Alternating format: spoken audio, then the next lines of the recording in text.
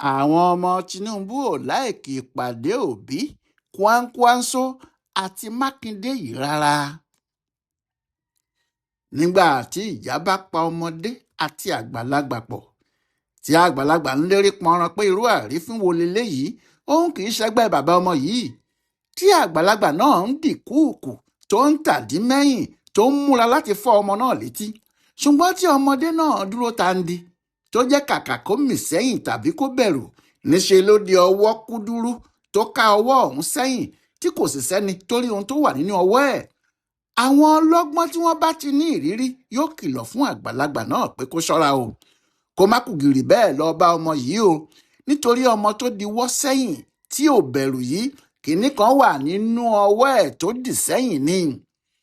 Tó bá lọ jẹ́ òrùka àlùwò ló wà nínú ọwọ́ náà, tàbí òrùka mákànjẹ̀ tí àgbàlagbà yìí bá súnmọ́ tó bá ríbi làá ní kinní náà lẹ́ẹ̀kan péré, àgbàlagbà yìí yóò pògìrá ni o, ọrùn lẹ̀rọ̀. Ìyẹn ló ṣe jẹ́ pé bí àgbàlagbà bá fẹ́ bá ọmọdé jà, àfi kó rí i pé gbogbo ọwọ́ ọmọ náà ló wà níta. Bí bẹ́ẹ̀ kọ́, àgbà tó réjò tí ò sá ni o, ara ikú ló ń yá a. Ó dàbí pé ohun tó ń rú àwọn ọ̀jọ̀gbọ́n inú ẹgbẹ́ òṣèlú APC lójú nìyí, pàápàá àwọn tí wọ́n jẹ́ ojúlówó ọmọ Tinubu. Ọ̀rọ̀ àwọn ẹgbẹ́ òṣèlú alátakò ni, àgàgà pẹ̀lú ìrínimọ́ni tí wọ́n rí Peter Obi, Ṣèyí Mákindé, DICKSON tí àwọn olóṣèlú ńláńlá mẹ́ta yìí sì parajọ sílé Rábíù Kwankwaso ní Kano.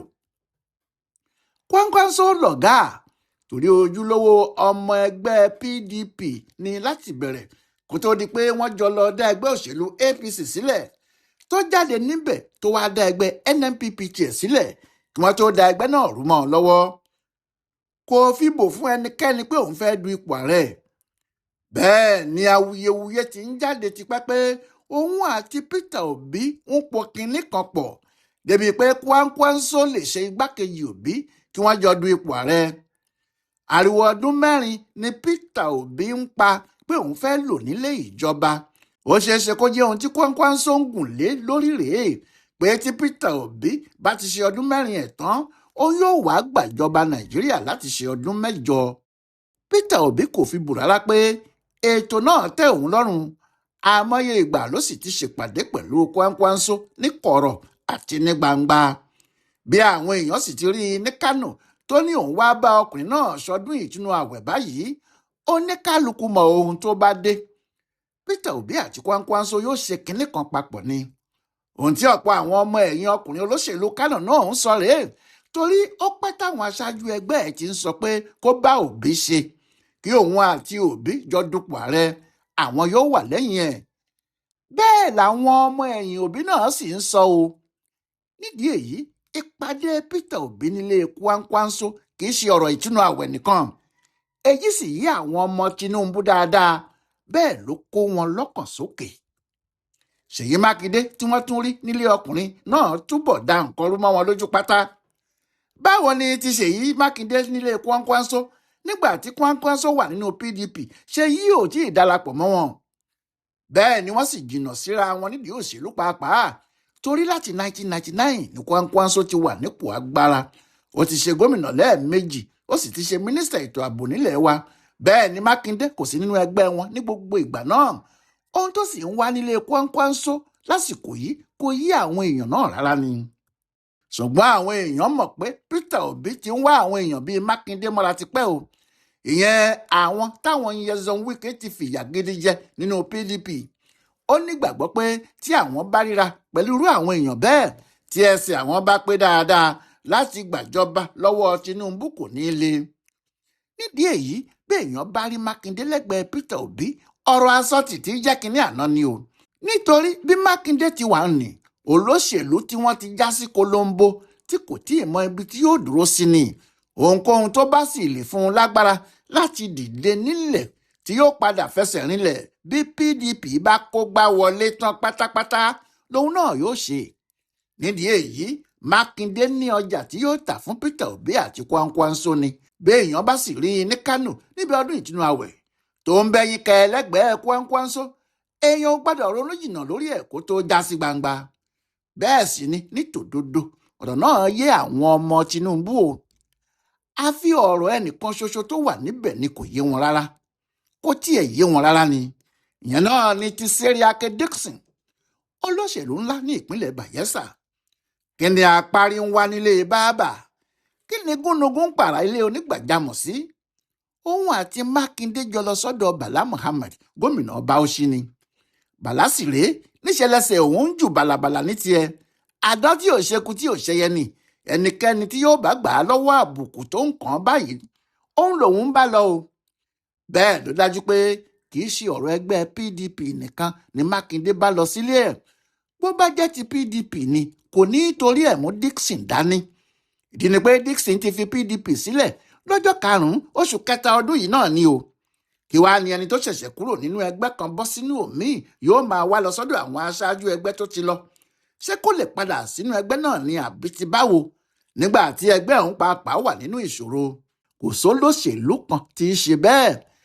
Ìyẹn ló ṣe jẹ́ pé nǹkan míì wà tí Dickson ń wá, ohun tó sì ṣe tẹ̀lé Makinde lọ sọ́dọ̀ Bala nìyẹn. Ohun tó gbé Dickson dé ọ̀dọ̀ Bala yìí náà ló jẹ́ kó tẹ̀lé Makinde lọ sọ́dọ̀ Kwankwaso, níbi tí Peter Obi ti ń dúró dè wọ́n. Ọ̀rọ̀ náà sì tún dàrú gan mọ́ àwọn èèyàn Tinubu lójú.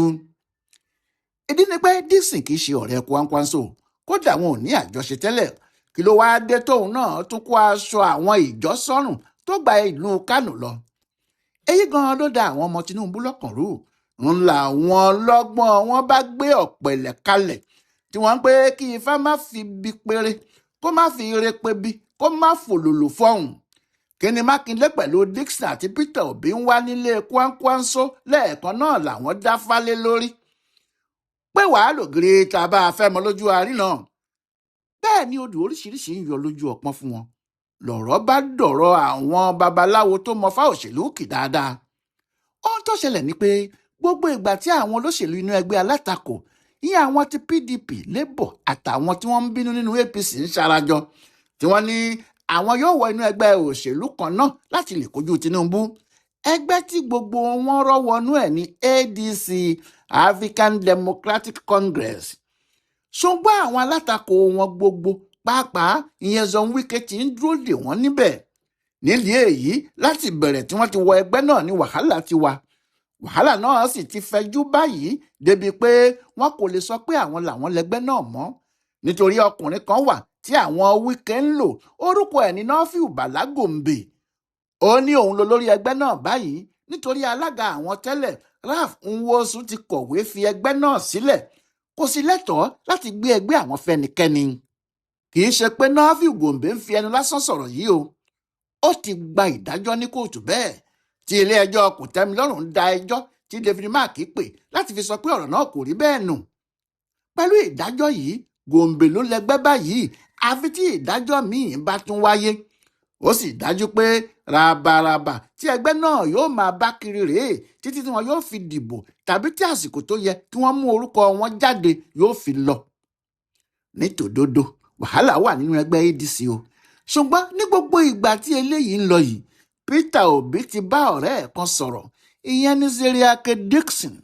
Bákan náà sì ni Makinde bá ọkùnrin yìí sọ̀rọ̀. Ṣé PDP lòun náà? Yàtọ̀ sí pé ó ti ṣe gómìnà Bayelsa fọdún 7, ó ti ṣe ọmọ ilé ìgbìmọ̀ asòfin Àbújá láti ṣojú àdúgbò ẹ̀ ní Bayelsa kó tó di gómìnà. Lẹ́yìn tó sì fi ipò gómìnà sílẹ̀, sẹ́nétọ̀ ní báyìí. Ìyẹn ni pé apá ẹ̀ka òṣèlú ìpínlẹ̀ Bayelsa yìí gírígírí ni. Òun ni wọ́n ti tì síwájú ti pẹ́, láti ìgbà tí wàhálà PDP àti ti ADC yìí ti ń lọ, pé kó wá ẹgbẹ́ òṣèlú míì sílẹ̀, nítorí àwọn aṣáájú ẹgbẹ́ ADC yìí, ìyẹn àwọn Obi, ti mọ̀ pé ìjọba àwọn Tinubu kò ní fọwọ́ sí ẹgbẹ́ òṣèlú tuntun tí àwọn fẹ́ dá sílẹ̀ fúnra wọn. Ìyẹn ni àdá All Democratic Alliance, tó jẹ́ gbogbo àwọn làwọn fọwọ́ sí. Ìwé ẹgbẹ́ náà sì wà lọ́wọ́ àwọn INEC títí di bí a ti ń sọ yìí o. Ìyẹn ni pé bí ìgbà tí àwọn Peter Obi, David Mark, Atiku, Arẹ́gbẹ́ àtàwọn míì wọn kò ní ẹgbẹ́ òṣèlú ni. Ohun tí Obi ṣe ń sọ pé àwọn Tinubu àti INEC kò fẹ́ kí òun du ipò ààrẹ ní 2027 nìyẹn. Ohun tí àwọn APC àti Wike pẹ̀lú àwọn ọmọ Tinubu tí wọ́n ń ṣe ọmọrí igbá kì í rídìí ìjókòó fún àwọn ADC yìí kò mọ̀ ni pé àwọn náà gbọ́n. àyágbọ́n ògún gbègbọ́n ni wọ́n jọ ń ṣe fúnra wọn. Bí àyà àwọn èèyàn Tinubu àti Wike ti ń tiro, bẹ́ẹ̀ ni tàwọn Àtíkù Òbí àtàwọn Arẹ́gbẹ́ náà ń bẹ̀rẹ̀. Àwọn aṣáájú ADC yẹn náà ti fi ẹsẹ̀ ẹ̀yìn dilẹ̀ mú. Zeriake DICKSON ni wọ́n lò tẹ́nìkankan ò fura. Àwọn Wike mọ̀ pé àwọn ti bà ẹgbẹ́ ADC jẹ́ bí àwọn ti ṣe PDP, pé ẹjọ́ tí wọn yóò ṣe títí tí àsìkò yóò fi lọ nìyẹn.